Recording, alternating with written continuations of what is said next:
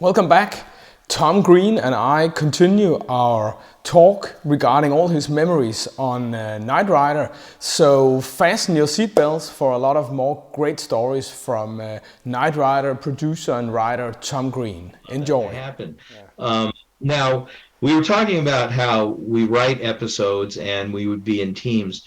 One of the most amazing experiments, and it's interesting, was we did, of course, Goliath, a huge hit. Yeah. And of course, as I think I mentioned before, Universal bought the semi. It was very expensive. But the reason they bought it was they were really starting to push up their tour, turning it more into Disneyland, which, 5-10 years later, they put in hundreds of millions, and now it's amazing. And the whole Star Walk, whatever it is, all that was being built where Fuddruckers was, which we discussed. Yeah. There was such an amazing ratings hit on the original Goliath that they were going to do something else. And we have a thing called, I forget what it is, it's not Speed Week, it's something week. And isn't that fun? I just forgot the name of it. But the idea is that you put in, every series puts in their biggest, most important show, either with stunt casting or a 2-hour, or someone's going to die, or something going to be revealed. And its name can't come to me. But anyway, and they had something that they were supposed to do, and I remember they even had they paid, I forgot who it was, another writer, which is the dumbest thing they do, to write a 2-hour special Knight Rider, and they're going to put it in, I keep wanting to say Squeaks Week, but that's not what it's called. And of course, when we all hated the idea, and this was ridiculous. And of course, the script came in, we never saw it, and the network said, we're in trouble. We need something for our big week. And they were going to, this was on they had gotten the script on a Thursday, and they were going to actually prep it quickly and start shooting it the next Monday. Yeah.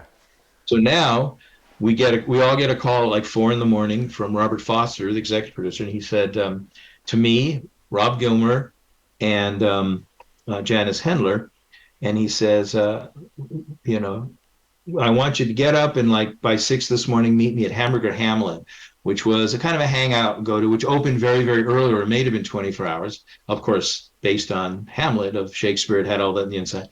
But we used to hang out there a lot and have meetings there, because they'd let you sit there for hours, and we talk about scripts and everything.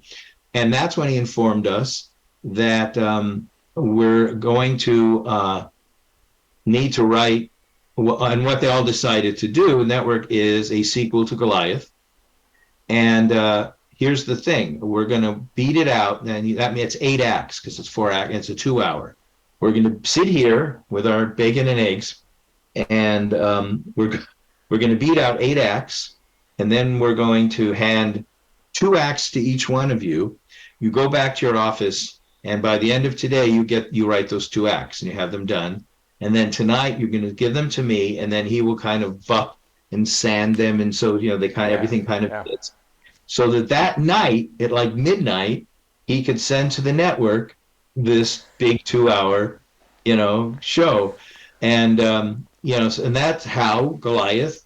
And it's really remarkable in those days that, when you're writing something, a show you're doing a lot, it kind of starts to write itself after a while, and you just get into, it's like an athlete who can just do, amazing things, and you get into this rhythm. And, I've written for another one of these big things, for when I was doing the $6 Million Man, over a weekend, I wrote a 2-hour called The Bionic Boy, which is, I won't go into the whole story, but, I worked 40, I didn't sleep for like 48 straight hours, and you could do it, and it's a good show, but, and I did that with other shows too, but, and people have said, and I think you even mentioned this, that, written in one day, and the story created over breakfast, and the story has to be kind of complicated. And I believe Anne Turkel, didn't she come back? Yeah, she did. She did. We loved her, and we know that David was terrified of her, so we said, we got to bring her back.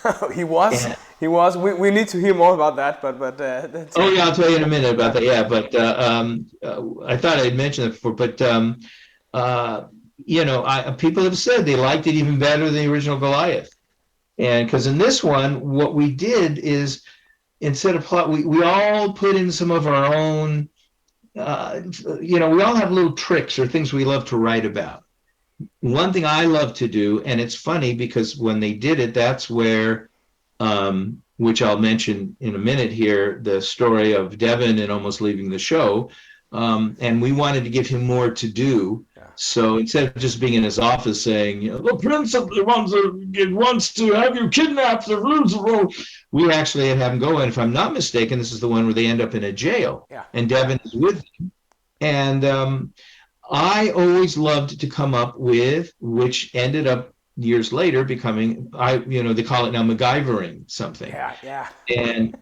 And where in this he takes the stays of his shirt collar, and I thought I might mention this already, but the filament from the light and some other things, and because he talks about being in, you know, the service in England, and turns it into like plastic, you know, plastic explosive, and uses they get to blow out of the bars and get away, you know, which was really kind of wonderful. So that was my thing, and it was funny because I think it was Ann Daniels again, who head of the studio, when she saw that, and she actually turned to me when they were looking at it, saying, you know, that could be a neat character for a series or whatever, you know, to do this. And I have to say here, and maybe again, I apologize if I've told this story before, but there's no way that, you know, that MacGyver was ripped off for me. You know, it was just, again, like the Midnight Run thing. It was just one of those things. But the only reason I mention it was I was at that time doing Knight Rider and another show. The smart me, or if I was really ambitious and, you know, money, I should have went, oh, man, that is a magnificent idea. Let's do a lunch. Let's talk about it. Let's make, you know, and then who knows if it would have been as successful as MacGyver, but, you know, that was a kind of a funny thing. Yes, I thought I'd mentioned this before. Anne was wonderful because we didn't have this much, and later I'll tell you about the Gina Davis thing, but, you know, it was very hard to find very tall actors. And Anne Turkel, of course, is almost as tall as David. Yeah. She has an amazing personality and charisma. Yeah, she does. And she's scary. Yeah. And David, who hadn't seen tall girls like that, she loved to intimidate him. And, you know, and it was very fun to watch. He was very sweet with her and all that, but and there were times when she'd come in and, you know, he would excuse himself and just quietly kind of walk somewhere else. And it was just a delightful thing to see. And again, I thought I'd mention this, but when she first came to do, I think, her first show that she did with him, I don't know if it was, but the first show that when she's introduced, the character, she walked onto the set with like 5 beautiful tall models, like swimsuit, you know, models, Sports Illustrated swimsuit models in these tiny little bikinis. No wonder you wanted to bring her back. Yeah. And everyone went at it. Oh, damn it. You know, because unlike, you know, I did shows like, you know, Magnum, and even working with the guys on Baywatch and different shows they did, you know, and so there's always hot babes all around, and you know, you did. But after doing Knight Rider for a while, Knight Rider unfortunately was not known for having, you'd have interesting babes in, you know, in distress, but it wasn't a hot babe show. No. And so, you know, for the crew especially to see these girls, and the reason this happened, she was going to do, or she just came back, or she was going to do in the back lot a photo shoot for the bikinis. And the wonderful thing that she had, I don't know if she invented it, but it was a fabric that women could wear, and the UV rays of the sun would go through the fabric so that you would get a full body tan. Oh, yeah. And so you know, there's always the white breasts and the white pelvic and all that, but this white tushies, but that's why she had, but she did it purposely, you know, that was her entrance, you know, to come in. Brilliant. You know, and she was, and, you know, and I don't know if she was going through the divorce, but, you know, she was married to Richard Harris.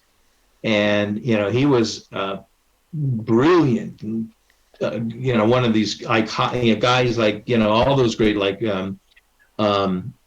Richard Burton and Peter O'Toole and all these Oliver Reed, these English hard drinkers, but brilliant guy. And he was one of those guys, but also brilliant. But I don't think living with him was easy. And so he was only Enter Kell could have lasted as long as she did with him. But, but she was really great. So that was a show. And I keep having this memory, and I should just go back and look at the show again, that I was also planting other things in there. And as I for a long story I won't go into, one of the things I've had in my wallet for many, many, many, many years as a good luck charm thing is it's like a $5 Bahama dollar bill.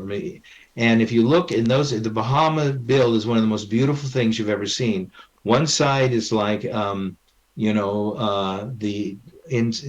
bottom of the sea with coral and all the beautiful coral and the colors and the fish, and the other side are the pink flamingos. And I always had it in there. And I believe, and I could be wrong, that I did something in there where some character was known to keep that in his wallet. And when they check this guy's wallet, or there's something that they know that either was or it wasn't him, but I'll have to check and look at that. Also, when you talk about using people that you really, really like, two things about a show called Good Night's Work. Yeah. And one was, I loved either finding people and putting them in, or discovering actors who were really good and then writing parts for them in, subsequent series that I'm doing. There's a guy named Gerhard Saumer who was in virtually every series I did. And it was very funny because in Tales of Gold Monkey, he played a pornographer who, sold actual dirty cards, and this is in the 30s, and at one point brings all these horrors supposedly from France, but they're not, like Can-Can Girls, and Lumiere, his name was. And and Gerald was a very religious guy. And I said, don't worry, in my next series, you'll play a priest. And sure enough, when I did my miniseries Wildside, he played Father Cruel, actually was his name, who was a priest who was blind. He was a blind priest. But Alexa Hamilton was in Good Night's Work, and I was blown away with her. She played a really evil, character in Tales of the Gold Monkey. And it's not easy to do in television, to do it with such subtlety and nuance, where you really kind of love to hate them, and they're not like over the top, Yeah. And so anyway, I wrote and I gave her, and it was just, she was just a joy. And the other thing about that, which I love to talk about, was when you get to hire actors that you're huge fans of. And to me, it's always the character actors, It's not of course, you're not going to get in those days a Robert Redford or whatever. But, it's funny because my favorite movie of all time, I've actually taught classes in it. I think it's the greatest movie ever made, is 2001: A Space Odyssey. Yeah. And in everything I ever write, there's a references to 2001: A Space Odyssey, which will come in a minute, which we'll talk about. But, and as a matter of fact, in Magnum and some others, William Sylvester played Haywood Floyd, and who and why, I'm not even going why.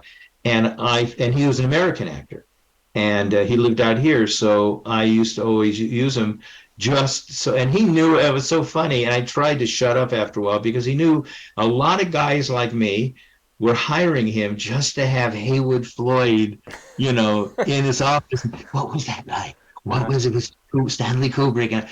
But hey, it was a job, so all right, I'll tell you, and he was a lovely man. But and the other person who I absolutely loved and cast in that, and he was also another one, was John Vernon. Yeah. He was also in Good.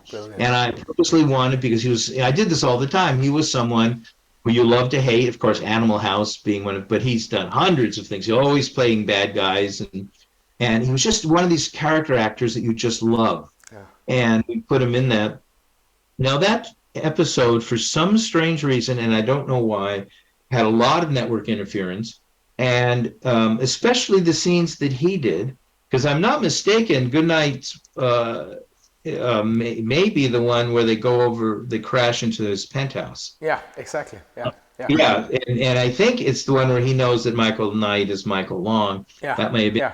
And that's, you talk about another stunt, that was done on a set, you know, and Jack Gilligan, that remarkable, no CGI, it wasn't like Mission Impossible or, you know, Fast and the Furious. And he really did, first he did an amazing turbo boost as if he's going up, you know, to it. And again, no CGI for that. And then on the set, on the stage, he crashes through that.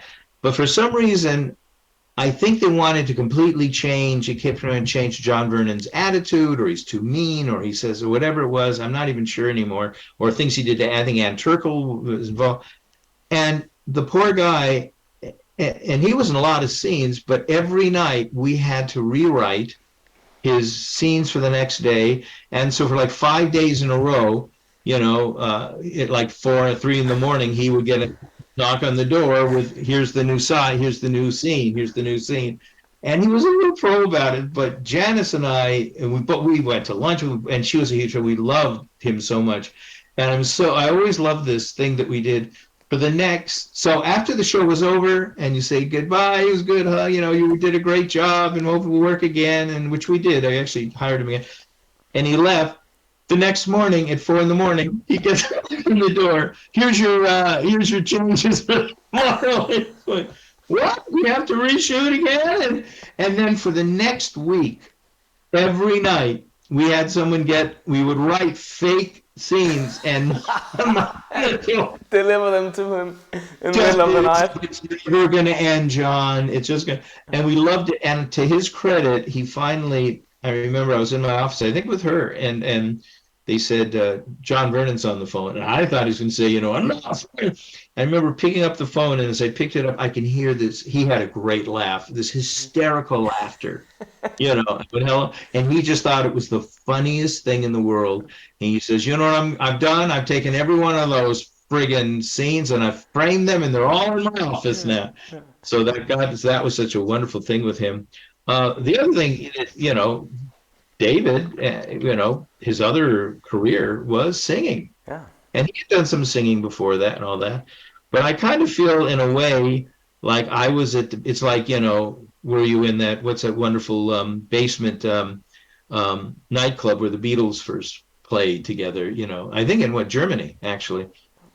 You know, what would have been like to have been there? Or, of course, for me, what would have been like to have been in the audience when Beethoven conducted the Ninth Symphony for the first time. There's famous stories on it. But as good as Beethoven in the Ninth Symphony, I was at a point where I believe was where David decided to go ahead and become a singer. I mean, you know, that's like Beethoven. What it was is the episode Let It Be Me, I think it was called. It had to do with a singer. And I'm not mistaken, and one of the things he actually sings in the amphitheater on the stage. Now, because Universal had this amphitheater, and they just spent millions putting finally, it was a little amphitheater, so it had no roof. But then they realized so they put a roof on it, and they modernized it, and they're going to get they got all these big groups, and they still do, you know, rock groups and things. And they really wanted to push it. Universal's new amphitheater. And you always have, you know, there's product placement, which we couldn't do then, but we could do this, so that we had it taking place, and in the dialogue and in shots, you know, I don't remember how many ended up, you know, shown, but it was every second line was in the Universal's amphitheater, And what Universal did to get us to do that is they gave us, which you rarely got, which is called extra breakage. And that means that, you know, you have extras, but you don't have like in a movie or A Star Is Born or something where, you literally pay, you know, thousands of people. However, they paid, I believe, for up to, I think, 300 extras to at least fill the orchestra part, and the rest is art. And if you remember, there's all these people in there, and, you know, to make it look good.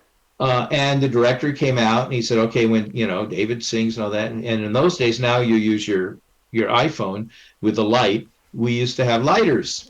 You know, we would do the whole thing with the light. So, and they said, we want you, he's going to sing on the lighters. And at the end, you have to leave to your feet as if you've just heard Michael Jackson for the first time, or whatever was big at the time, you know, Madonna, you know, and they're getting paid and a meal. So, you know, they're actors, you know, they're extras, but they, you know, they're told to leap to your feet as if you've heard something you never heard before.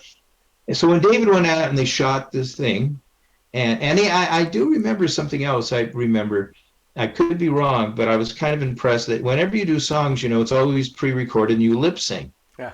Well, I think in this was sort of like, you know, America's Got Talent, where the music was pre-recorded, of course, but I think he actually sang, which was, you know, Okay. so Yeah. anyway, so he did that, and suddenly at the end of it, they all ring to their feet, and this is the great. And David was kind of shocked and surprised, and he comes off, and I'm there when he goes, "Wow, wow." I mean, you know, I'm all right, but they really loved me, you know. And then I didn't want to say anything, and then he said something a little later. He goes, "You know, I've been thinking, I've been sort of invited." Because it was the last show I think we did, one of the last shows Yeah. of that season. And he said, you know, we're going on hiatus. I got invited to go to Germany, you know, and I think he had a song out or something. I don't think he had a whole album. Says, and I wasn't going to do it. I want to be home with my wife, you know, and hang here and all that. I need to rest. And I think I'm going to do it now. I mean, after I saw that, That's how the brilliant. reaction. Now, the great thing with that, which would be a great story in itself, is usually in a movie, then you go off and you bomb and you're awful because you don't realize that they're extras. Well, he got that same reaction to real people all through Germany. They absolutely adored him, Yeah. which is, I think, the second part of hysterically funny and wonderful is that, you know, he did it. And in fact, you know, it turns out that, you know, he really did get that. And that became his, you know, his wonderful second year. Yeah, he's a huge singer in Germany. Actually, his number one hit, "Looking for Freedom," it was number 5, I think, on the 1989 Eurochart Hot 100 for the whole year of 1989. He made it to number 5. Yeah, I remember sitting listening to the Danish radio, and they hadn't the record. So I was always sitting waiting when they mentioned David Hasselhoff and Looking for Freedom. But they actually they really never played it. It was I think I didn't get it until 1990 or so in Denmark. So yeah, but brilliant career. Yeah, but he went out Japan. He was huge, and other places. And but again, you know, I think I mentioned this once before. I mean, what David has done now is it's unfair with a thing with his daughter did and others, but he's so smart because he's doing now what William Shatner did. Was after a while, William Shatner became, you know, except the difference William Shatner was, to his own admission, and I worked on 3 Star Trek movies, so I knew him quite well. And for a while, William Shatner was an insane egomaniac and full of himself, but he was very smart. So he got older, and then he started wearing the toque and having the girdle and having face stuff. But he began to realize that it's more fun to be self-effacing and, you know, and be able to laugh at yourself, you know, and people will love you for that, you know, and that's why he is still, what is he, 85 now? And, you know, and for a long time he's done that, and he's done movies where he plays a character who's an egomaniac and so forth. So he changed. David was never an egomaniac or any of that, but you know, when he had a couple of things and people were saying things about him and he's a washout and they only like him in German, he then turned it around and he had fun with it. Yeah. And he did all kinds of things to, you know, be self-effacing about himself and make jokes about himself. And he's been brilliant that way because people love him now because he, you know, he's able to say, you know, no, you know, I'm not Daniel Day-Lewis. You know, I'm not Laurence Olivier from the days. I'm not going to be doing Shakespeare. I love what I do. You know, and he does. He loves his life and everything. But that was you know, and it was so good for him. And now, as you know, there was a bit of a dry spot between, as I've mentioned before. You know, after Knight Rider, everyone was saying, it's over. That's all he's going to do. And I kept telling. And remember, I think I mentioned this before. I actually said to him at the Palms. I think that was the restaurant. I couldn't think the name of it. In Beverly Hills, he used to like to go there. And I said, David, you could stand by yourself at a volleyball court on the beach and people would watch you. Yeah. I had nothing to do with Baywatch, but isn't that ironic? And so he's done really well. The other, going forward about other people that you write to, you like, there was an episode, I think it's called Big Iron. Yeah. And this is kind of funny. She's still around, and I think you met her, Patch McKenzie. I think, didn't you say you've met her? No, I don't think so. Pat Is it McKenzie. Patch McKenzie? Was it? Was Yeah. the one you met? No, I don't think I haven't met her. Oh, I'm sorry, but she's in Big Iron, Yeah, and I think we talked about Tony Hudson. oh, is that it? Yeah. Yeah. Yeah, the patch was, and my whole point was, I never cast her anything. I said, oh, but I kept running into her on the sets of other shows. She didn't know, but she just kind of ran, oh, hi. And it was the funniest thing. It was Beretta and Kojak, Emergency, and so forth. And when I was doing Magnum PI, I created a character named Lieutenant Poole, which is this really ballsy woman who she ended up becoming a commander, actually. And it was funny. And actually, by the way, remember I say I use names or situations of 2001, everything I wrote. Well, Frank Poole is one of the two main astronauts, the one who gets killed. And that's where Poole comes from. She ended up doing 10 episodes of that, and I cast her in that. I finally said, we keep running into each other. I wrote this part for you, and she was also in something. For Universal was doing a lot of movie history things. They one called Gable and Lombard, another one called W.C. Fields and Me, and they're doing those. And one other thing is I am an actual historian about Hollywood. I can bore you in trivia about old Hollywood forever. And I was hired on those shows to be the consultant. As a matter of fact, very quick, Morgan Brittany, I always love when things come back together. Morgan Brittany, in a scene in Gable and Lombard, played Vivian Lee in a scene of course, Gone with the Wind with Clark Gable, played by James Brolin. And I was called in when they did that with what I knew. It's the famous bridge scene. To make sure it was accurate and the clothes and what they say and that's the first time I ever met Morgan, which was funny.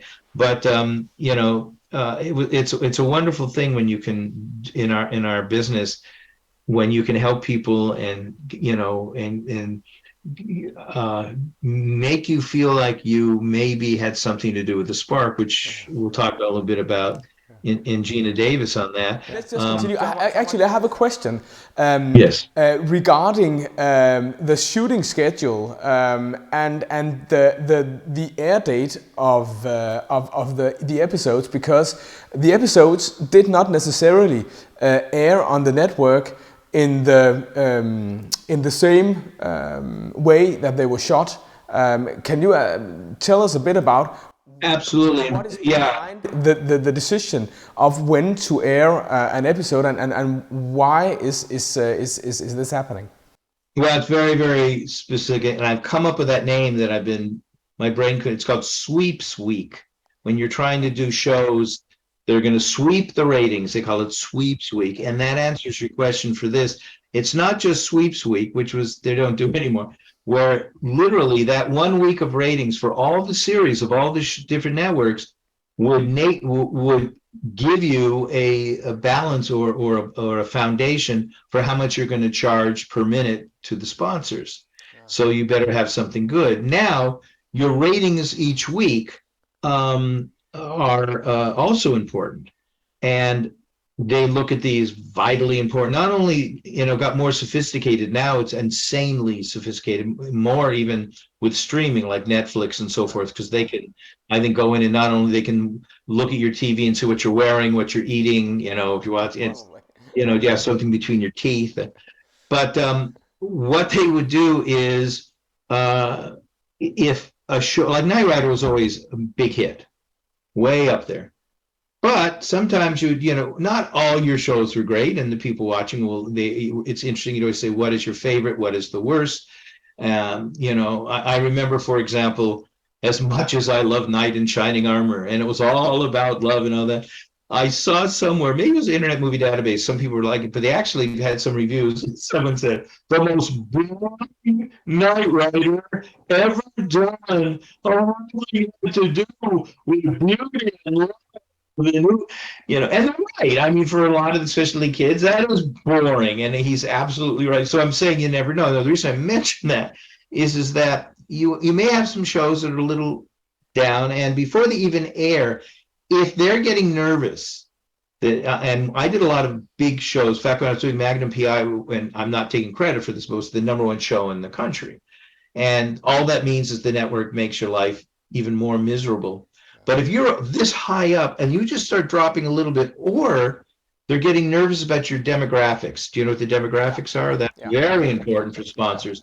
What age groups? Exactly, 9 to 11 boys, 5 to 7 girls, are watching, and then they can use that to sell certain sponsors. Yeah, you don't want commercials for diapers when it's a teenage audience. Exactly, and so, but Knight Rider tended to change on the shows, whether they were more feminine or more masculine. I give Janice Henler a lot of credit for some of the shows she wrote on her own, like Hit the Cat, which we'll talk about in a minute, which is a very strong female character. But the network started getting nervous because they would look and they'll say, "Oh, wait a minute. You've just finished, you got a show that you're going to do, or it's in production, it's another very female strong show." Nah. So if they have a couple that are on, they haven't aired yet, they will constantly switch. Yeah, okay. So to get a better blend, you could say. Well, yeah, to keep different people watching the show, and it doesn't become now. The truth is, and we'll talk about again, Edward Mulhare and a show where we almost didn't make the deadline. Many times you don't have that luxury, because basically in most television, the show that's in production, when it goes into post-production, within a week or less, it's airing. So, it's that show. But what they will do is they'll go back. You will have, in many cases, all 23 shows on. You have a big board, and what the show is, where it is it in story, is it treatment, first, second draft, is in pre-production, post-production, where it is. And we all have this, and you get it. And so sometimes, though, the network has okayed all these shows. Yeah. And we call them log lines. That's, what the show is about. And so they'll somebody say, "Can you move up this show?" Or "Can you do let's get this one up now here, because this one has more action, or this one has sex, or this has, So that's why it keeps changing. Were there ever problems getting a show finished? So that you would say, "Okay, actually, we hope that we could air it on this date, but we have to push it further forward in time." Well, that's finish. Well, that's the biggest night. It's funny. People have different nightmares. Of like here in America, one of them is, you're walking through your high school and you're naked, which is, or more to the point, which we all get, and everyone has it, is you're back in high school and you're taking your final exam that you didn't know you had, and you haven't studied for it. And when am I going to do it? Or the one I always have is you're going to a class and you realize, I haven't been in this class all semester, Oh my God, I'm going to fail. The reason I mention all that is that as a producer, you wake up, your biggest fear is missing a deadline. Now, if you do that, the studio has to pay huge fines, and they have to put in a rerun, and it's a horrible. Now, Glenn Larson, I think, is the only one I know on some of his shows. He had a whole bunch of shows that he got. One was called Manimal. Was that Auto Man, which I think was Tron ripoff, and he had two other. I think he had 4 shows that he sold in one season. The only one to ever do it. And he was pretty well involved in those shows too.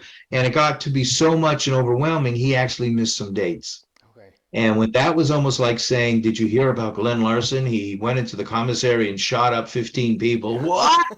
Seriously, to miss the deadline. And so and we were close to that. And it's a wonderful story and I don't remember which episode it was, but in one of my earlier podcast things here, I'm sure I told you about the ADR and the fact that we had to utilize the older equipment to record outside. And Universal, they would make money, as on everything, because if you use their cameras, you use their sets, you're using their ADR, using it, and they charge, that's in the budget. So they get that money paid back to them. And they always talk about the fact that they deficit finance shows because at the end, then they get money in syndication. One thing you should know, there is no series, or at least it used to be this way, and it's pretty well now, where the studio hasn't figured out the pattern budget that even if a show goes like 6-10 episodes, they've already made a fortune on all the stuff they've pulled back. And so ADR is they could get a lot of money, and that's the automatic dialogue replacement. You've seen that. Yeah. And you have to go back, as I've mentioned before, and you have a scene and they're outside and Michael says, "KITT, I need you." But the way it's in the what we call the O track, which is the original track when it was shot, it was so you have to go back and do that. And I think I also explained real quickly about Peter Falk and Columbo. Yeah. And he said, "I'm not going to any ADR. You've got enough equipment, you do that." So if you watch old Columbo's, as I said, everyone else outside is talking like this. And then he goes, "No one wanted one. You have one more question." And anyway, which I've already mentioned. So we had a show, and there were other problems on the show, including, by the way, if I remember, there was some problems with KITT itself. That there was a problem with the actual car, and it was what we call the hero car. It's the car that actually goes around, and there were delays. I think this was also the episode where the night before it was in kind of a bad area, and someone broke into one of the trucks and stole some equipment. Yeah. So, it was kind of a gang area. And so we were kind of on the cusp. The other problem is we had a fabulous associate producer. And I'm embarrassed because I want to say Bernadette, but I don't think that was her name. But she was brilliant. And an associate producer is very much involved in post-production, in the editing, in the mix. Yeah. You do a dub in the mix and the ADR and the inserts and all these others. It's a a good associate producer is worth their weight in gold.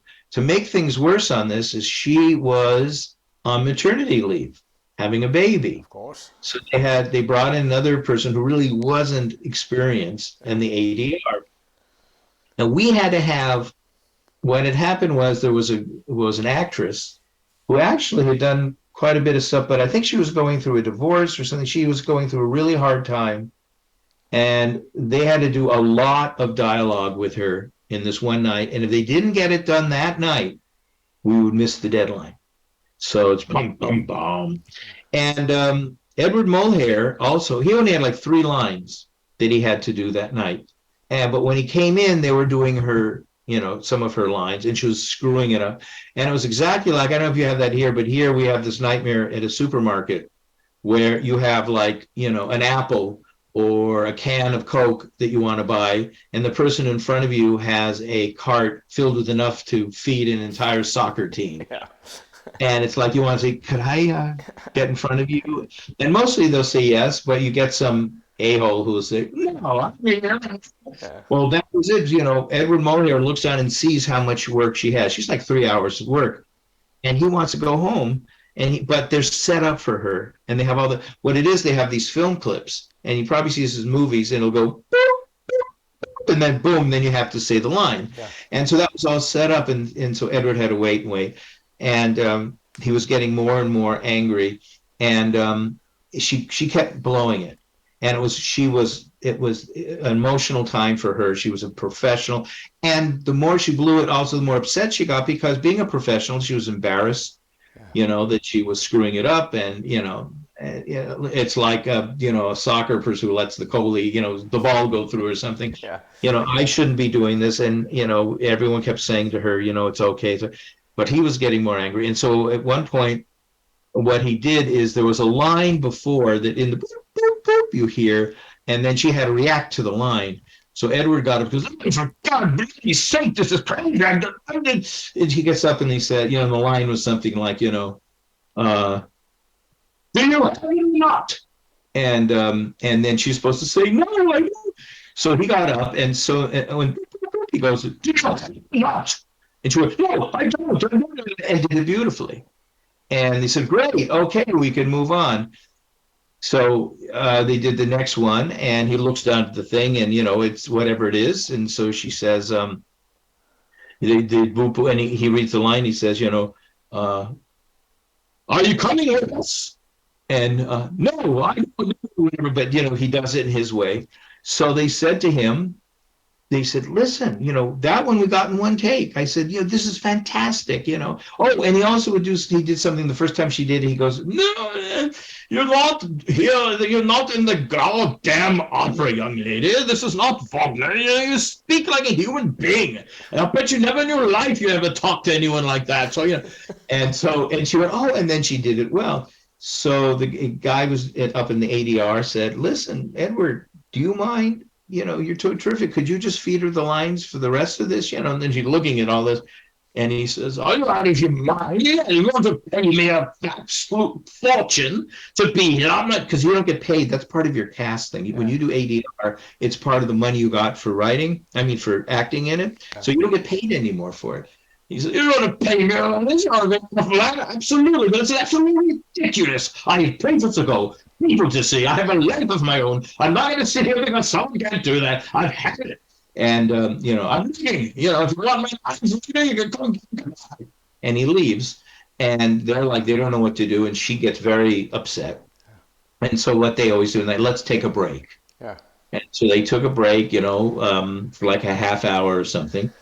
And they come back, and she's in there, and everyone is saying, we're not going to make, they're calling. In fact, I was still at the studio. It was like, they even called me, we're not going to make the deadline, and, confidentially, she's just not going to get it. We're not going to have it.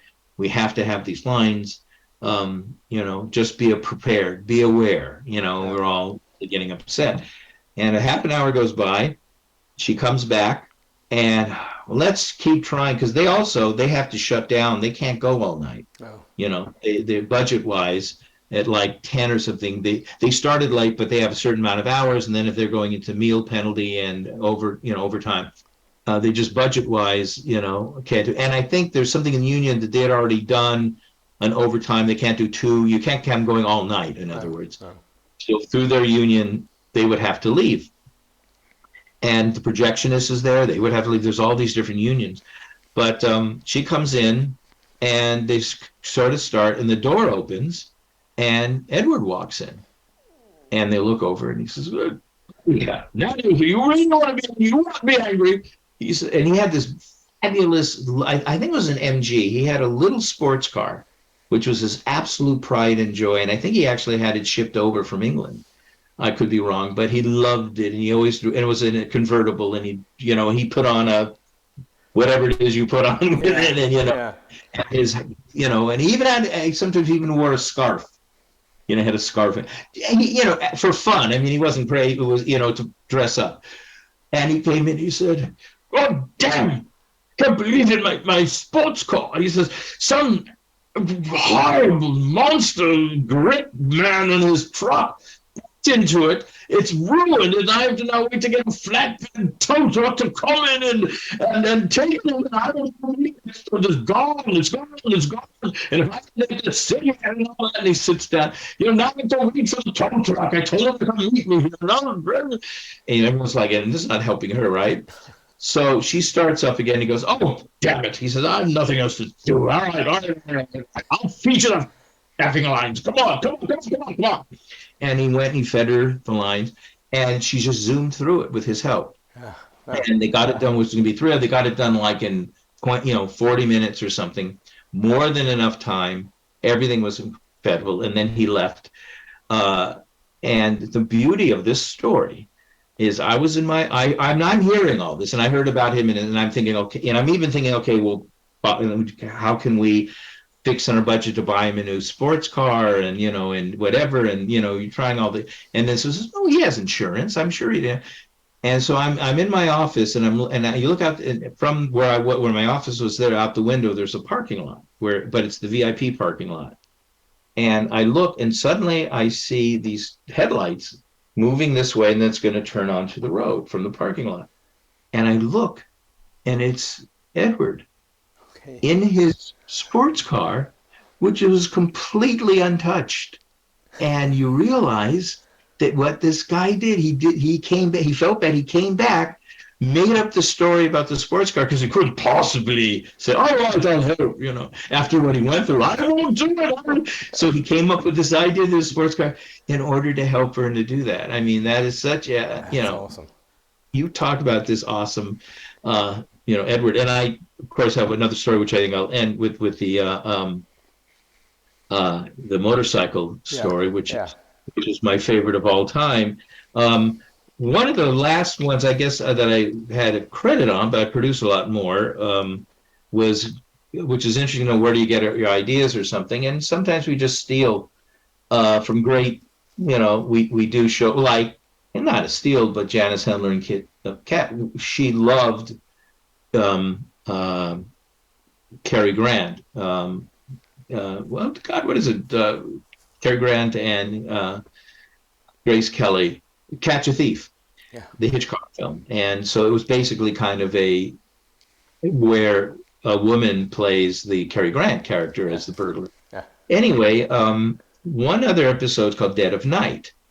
And where that came from is there was an obscure film noir movie called DOA, which means Dead on Arrival, DOA.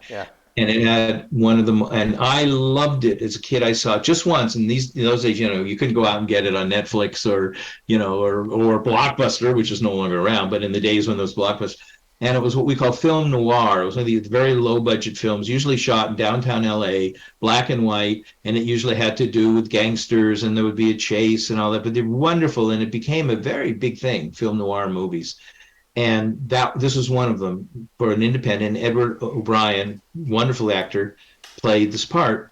And what happens in very quickly, and it's one of the greatest openings, is over the credits, and it's always a jazzy sax credit, music they use. You see him walking through downtown LA and sort of in the more industrial areas, not the pretty areas. And he's walking, and he gets to a police station, an old broken down police station. And he goes inside, and when the credits are done, the dialogue starts and goes, the guy at the desk, I'm going to help you. He says, I need to speak to a detective. All right. I say, hey, Joy, someone wants to talk to you. Do you do it? And the guy's in there. I'm just finishing my sandwich. Puts a sandwich down in his car. All right, what do you want? He says, I need to report something to you. Okay. You always see, he takes out the paper, the report thing, puts it in the typewriter and says, okay, what's your name? Hallis Ewan, whatever he gives him his name. And where do you live? And he gives me the address. What do you want to report? A murder. A murder? Yes. Whose? And he says, mine. Dead at Night, as you know, is somewhat based on that. And in that, it's really crazy. It was that he's been poisoned. He doesn't know who poisoned him, and he only has 24 hours to live. And he's going to, he says, I need to report it to the police so you know what's going on, but I am going to find out who killed me before I die, and I'm going to kill him, But so I'm letting you know, but he's murdered me. And if I don't get to kill him, you have to find. So that's how Dead of Night came. By the way, one thing that I have to tell you, which is very funny because it just come out, the poison that they use in it was fluorescence. Like fluorescent paint. In the DOA, and there's actually a scene where he goes to the doctor. There's a flashback. And he's saying, Doctor, I'm feeling bad. And the doctor says, well, you have to look at this. He had taken a vial of his blood, and he holds up the blood and turns the light off, and the blood is glowing. He says, you've been poisoned by fluorescence. So anyway, and that is all we have time for today. But Tom Greene and I will continue our conversation regarding his memories on Knight Rider in a fifth installment of this interview. So take care, and hope you'll be back for the next part of this interview, the last part.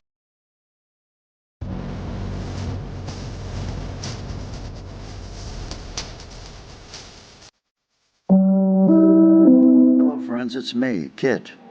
When I'm not out fighting crime, I like to follow my friends at KnightRiderHistorians.com. Check it out.